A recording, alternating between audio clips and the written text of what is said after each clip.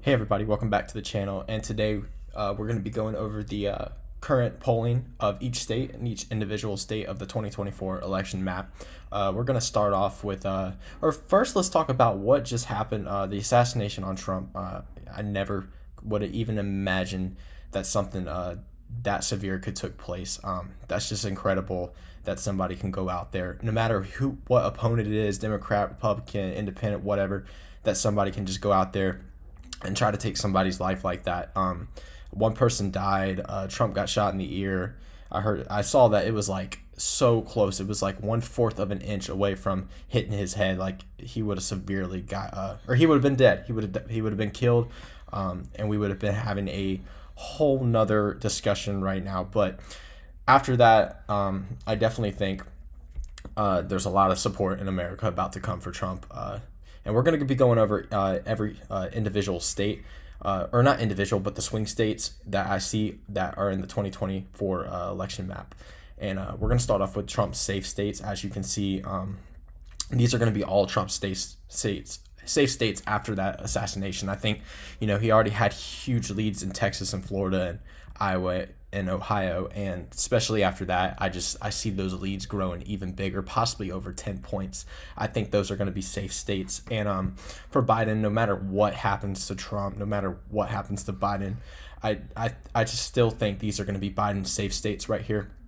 California, Hawaii, Maryland, Delaware, Vermont, Massachusetts. Now in Connecticut and Rhode Island, Biden's only up by like 8 points, but these states have just voted, almost close to the same weight as Vermont and Massachusetts, and I just think those are going to be safe states no matter what. Also, I forgot to put this one. I think DC, one of the most Democratic districts in the whole freaking United States, and I think that one's going to also go to Biden. Now let's start off with we're gonna start in Maryland. As you can see, this is the overall vote in Maryland. Biden's up 2, Trump's up 1. You can see that Trump has more polls that have come out where he is up, even tied. And if we go over to Maryland's first district, which they haven't polled in a while, but it is pretty Democrat. They've been voting Democrat for the last couple elections. So even after the assassinations, I still think Maryland's first district will probably go likely. We'll put it even as just safe for Trump. We'll put a lean Democrat. Now, I do think after seeing all these polls, you can see that Trump is leading. They do have this one by Biden by 2. But after all that, Trump has more polls where he is leading, and especially after the assassination, I think his, lead in Maryland will grow. We're going to put it as a tilt Republican margin for the overall district of Maryland, or Maine, excuse me. Now, if we go down to New Hampshire, we can see in New Hampshire, Trump does have one poll where he is up by 2 points. That was really recent. That was June 28th through the 29th. And all the polls that have Biden up were back in May and April. So this is the only one that is the newest, closest poll to these dates. And we're going to take it. We're going to take this poll, especially, after what just happened. I see that the state of New Hampshire will definitely go, we'll put it as tilt Republican. I think New Hampshire is definitely swinging. I think Trump's lead is growing in that state. Now let's go down to New York. Biden is leading by New York by 8 points, as you can see in the current poll. And New York's been a very heavy Democratic state. I still think New York will vote Democrat. I think the election is going to get closer and closer as we get towards November in New York. But I think New York will still lean towards Biden no matter what. We'll put it as a likely Democrat state. I think Trump's lead in that state, like I said, will keep growing. But I don't think it's going to grow enough for him to win the state.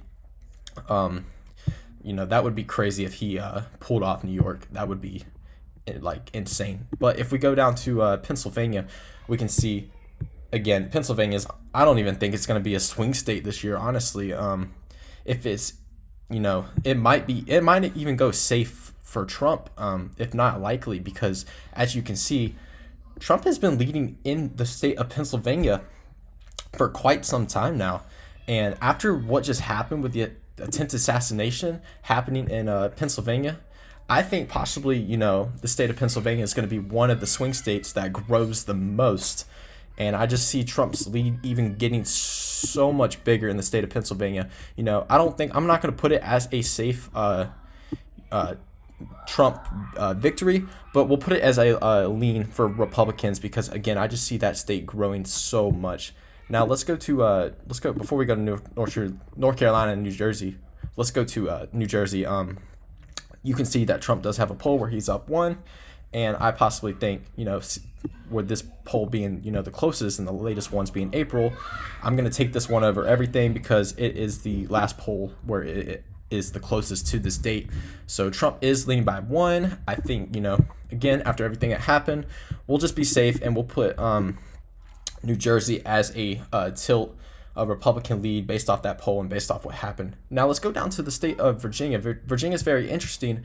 If Donald Trump picks Glenn Youngkin possibly as his VP, we can see this state possibly go even more to Trump because Glenn Youngkin is the governor of Virginia, and I think it would be a good move for Trump to pick Glenn Youngkin. I think it would help him out on the overall map, but we'll have to see who he picks for Virginia. But even if he doesn't, Virginia's already growing so much towards Trump. If we come over here, we can, Biden is leading by every poll, but they're not by big margins. They're by 4 or 5. Most of them are by 1 to 3 points. And I possibly see Virginia this year being one of the closest states on this map. Now, after everything that happened, I can see Virginia, leaning towards more Trump now. But we're gonna be safe. It's more. We're gonna play it by the safe state, and we're gonna put Virginia as we'll put it as a tilt for Democrat, especially everything that happened. I think people are gonna wake up and see that, Trump was almost assassinated, and I think that's gonna get him more votes, and I think that's gonna lean the state of Virginia possibly to even closer to Trump. But we'll keep it safe, and we're gonna give Virginia to Biden, but barely by a tilt margin. I think Virginia is going to be one of the closest states in this election. Now, if we come down to North Carolina, it is just like Pennsylvania. One poll even has Trump up by 12 at the moment. And I think even if we come over here to the closest polls today, Trump's up by 3, Trump's up by 2. So I think, with North Carolina voting Republican in the last 2 elections for Trump, I think it's going to be, a pretty safe state for Trump. We'll keep it safe, and I'll keep it as a lean for Trump. I think it's going to be just like Pennsylvania. If not, it might even be safe this year. Same in Georgia. Georgia is just like North Carolina. They have Trump up by every single poll. Usually in Georgia, only the city areas are usually the most Democrat. Atlanta's a big Democrat area. Down in Savannah, Macon, all those cities, and even Athens. But, with the majority of Trump's lead growing in Georgia, we are going to see these cities start to vote more towards the right. And especially, again, after what just happened, I'm going to keep Georgia. I'm not going to keep Georgia as a lean Republican state. We're going to make it more of a likely, or not likely, but, a lean to a tilt. Especially after Biden won Georgia in 2020. Georgia's going to be one of those swing states that I think will go towards Trump, but are going to be more of a fight for Trump. So there we go. If we come over to Michigan, we can see let's go to Illinois. We can see we don't really have many polls coming out of Illinois that are at the moment, but Illinois is usually a safe Democrat state. Even after what happened, I'm going to give it to Biden as a likely. Let's go to Michigan. We're just going to run the whole top states up here. If we go to Michigan, we can see in the latest poll, even after what Trump just happened, we can see the polls are up by 3. And I think Michigan will be a likely for Trump.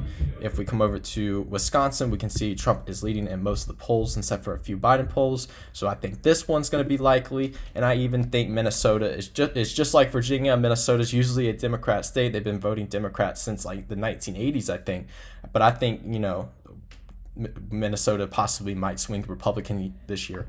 Trump's up by 1 in the most recent poll. And I think all these states, I think Wisconsin's going to go likely, or we'll put that one as a likely. I think Michigan's going to go likely, and I think Minnesota's going to be a closer state to win. I don't think it's going to be a tilt. I think it's going to be a, between a tilt and a lean. I think Minnesota might go Republican this year. And if we go to Washington and Oregon, we can see in Washington and Oregon, let's go over to these ones real quick. Here's Washington. Washington's a big Democrat state.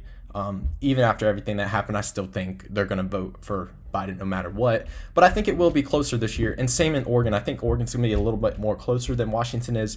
But as you can see, Biden's up by 11 in this state in the latest poll, which was taken a while back. We need more polling coming out of, Washington and Oregon. But I definitely think these states will be more towards Biden, definitely. So we'll keep it safe. We put them as likeliest for Biden. If we go to Nevada, we can see, again, just like Pennsylvania, except for this one poll, Trump's lead's been growing in Nevada big time, and I think that will be likely.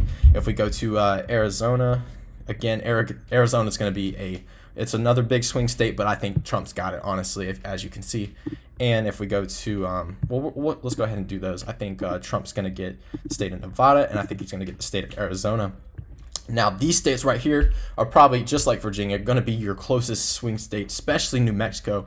Colorado is, big time Democrat, but I think Trump is going to become really close this, what am I trying to say? This election. You can see Biden's up by 10, Biden's up by 6 in Colorado, and in New Mexico, Biden's only by 1. That is crazy, especially with everything happening. I see that state flipping. We'll keep it safe. We'll put it as a lean for Donald Trump.